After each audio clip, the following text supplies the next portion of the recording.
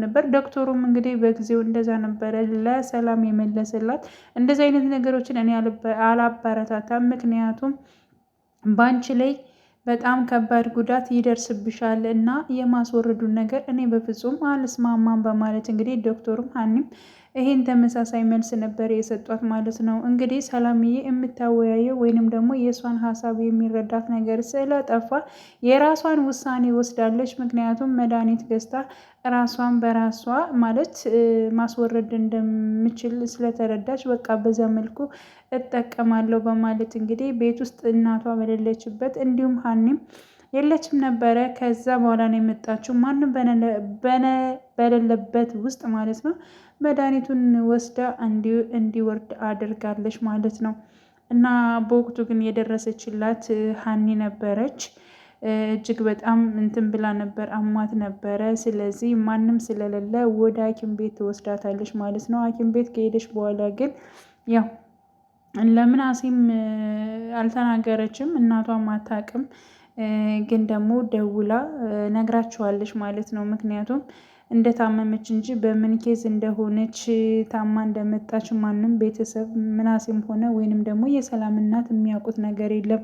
እሱንም እንግዲህ ዶክተር በጣም ምርመራ ያስፈልጋታል። ስለዚህ አጠቃላይ አይደለም የወጣላት። ስለዚህ ወደፊትም መውለድ እንድችል ለማድረግ የተለያዩ ሕክምናዎች መደረግ አለባቸው።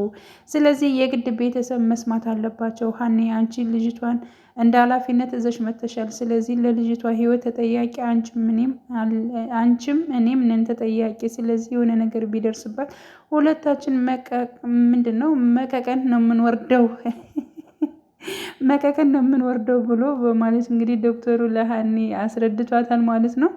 ምክንያቱም ያው እንግዲህ የሆነ ነገር ቢደርስባት ሀኒ ኃላፊነቱን ወስዳ ስለሆነ ሐኪም ቤት የወሰደቻት ግድ ኃላፊነት መውሰድ አለባት ማለት ነው።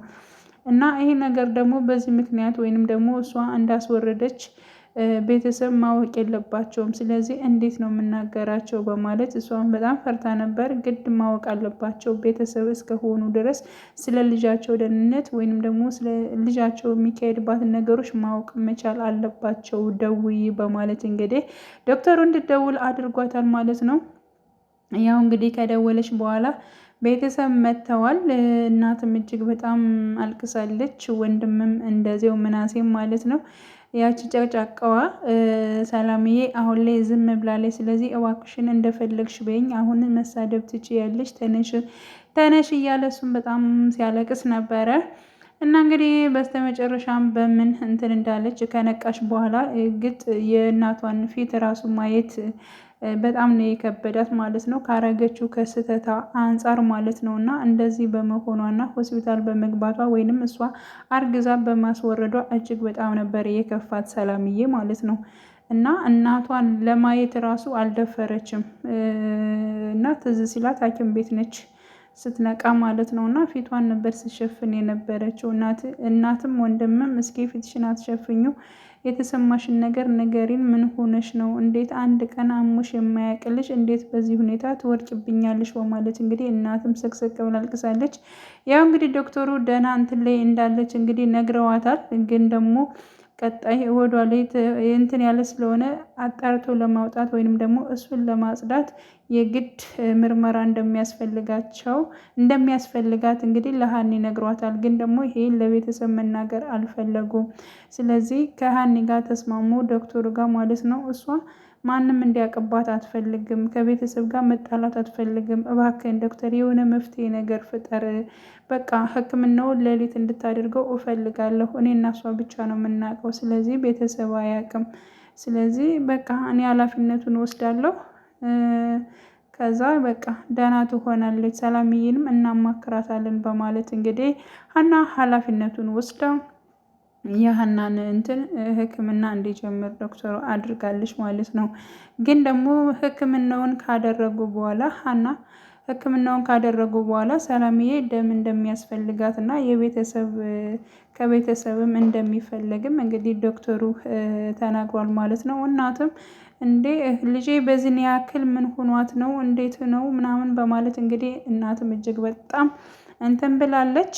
ግን ደግሞ የኔ ደም ከእሷ ጋር አይመሳሰልም፣ የኔና የምናሴ አንድ ነው፣ ሰላምዬ ደግሞ ከአባቷ ጋር ነው የሚመሳሰለው ደሟ። ስለዚህ አባቷ ደግሞ ከሀገር ውስጥ አይደለም። ምንድነው የማደርገው ዶክተር እባክህን በማለት እንግዲህ እናት ትማጸናለች።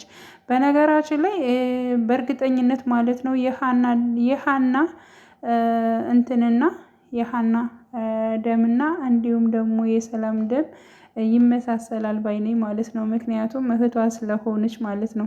እንግዲህ እህትነቷን እነሱ አያውቁም፣ ግን ደግሞ እንዳጋጣሚ ደም ሲፈለግ እንግዲህ ከቤተሰብ ከሌለ ከሌላ ሰው ነው የሚፈልገው በእርግጠኝነት፣ ወይንም ደግሞ ተገዝቶ ነው የሚደረገው ማለት ነው። ስለዚህ ሀና ፈቃደኛ ትሆናለች።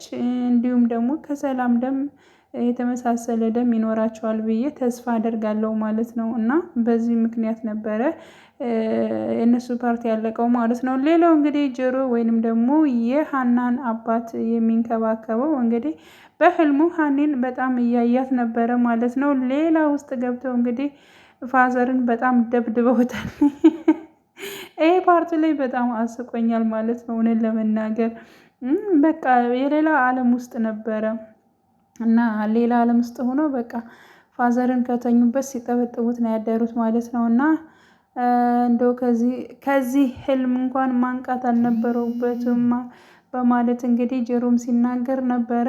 እንግዲህ በህልሙ ከሀና ጋር ሌላ ዓለም ውስጥ ነበር። ሀና ፍቅሩን እንደተቀበለችው እና በደስታ ፍቅራቸውን እንዳጣጣሙ በህልሙ አይቷል። በውኑ ባያደርግም እንግዲህ በህልሙ ግን ሄዷል፣ ተጉዟል ማለት ነው። ሌላው ደግሞ እንግዲህ የሀና አባት እጅግ በጣም ስለ ልጃቸው አሳስቧቸዋል ማለት ነው። ሀኒ ይህን ሁሉ ብር እንዴት ምን ብትሰራ ነው ያመጣችው በማለት እጅግ በጣም አሳስቧቸዋል ማለት ነው። ምክንያቱም እንግዲህ የቤት ሰራተኛነት ብሎ ከስንት ወር በኋላ 100,000 ብር ስትሰጠውና ወይንም ደግሞ 100,000 ብር አግኝታ የእሳቸውን ሕክምና ስትቀጥል ግራ የተጋቡት አባት ልጄ ምን ብትሰራ ነው ይሄን ያክል ብር የመጣው? መቼም እንደው መጥፎ ነገር እየሰራች አይሆንም አይደል በማለት እጅግ በጣም እያሳሰባቸው ይገኛል ማለት ነው። ስለዚህ ጆሮ እባክህን እሷ ምን እንደምትሰራና ምን እንደምታደርግ እንድታጣርኝ እፈልጋለሁ። ምክንያቱም 100,000 ብር ሰጥተዋታል። ስለዚህ ያ 100,000 ብር እንዴት ሊመጣ ቻለ? ምንስ ብትሰራ ነው 100,000 ብር ያገኘችው? እኔ ሁኔታዋ ምንም አላማረኝም። በእርግጠኝነት የኔ ልጅ ክፉ ነገር ላሰራ ትችላለች፣ ግን ደግሞ በዚህን ያክል ብር እንዴት ሊከፍሏት ይችላል? እስኪ የምትወጣበትን የምትገባበትን እንድታጣራልኝ እፈልጋለሁ። ምንስ እንደምትሰራ ማወቅ እፈልጋለሁ። ስጠይቃት በፍጹም ልትነግረኝ አልቻለችም በማለት እንግዲህ ያው አባት ለጆሮ እንትን ብሏል ማለት ነው። አረ ችግር የለውም እውነት ነው። ይሄ ሁሉ ብር ከየት ሊመጣ ይችላል? እንዴትስ ልታገኘው ይችላል? ስለዚህ ማጣራት አለብን። እኔ አጣራለሁ ፋዘር፣ አንተ ምንም አያሳስበውት በማለት እንግዲህ ሀሳብ ሰጥቶታል ማለት ነው። እና በክፍል 17 ይህንን ይመስላል። በክፍል 18 ደግሞ ሁላችንም በጉጉት የምንጠብቅ ይሆናል ማለት ነው። በያላችሁበት ሰላማችሁ ይብዛልኝ። መልካም ጊዜ ተመኘውላችሁ። ውቢቱ ጎጃሜን ትመጫለሽ በልሜ ሆዴ ነይ ነይ ወዴ ነይ ነይ ዓለም ነይ ነይ ኧረ ነይ ነይ ሆዴ ነይ ነይ ሆዴ ነይ ነይ የውትርን ውሃውን ሆዴ ነይ ነይ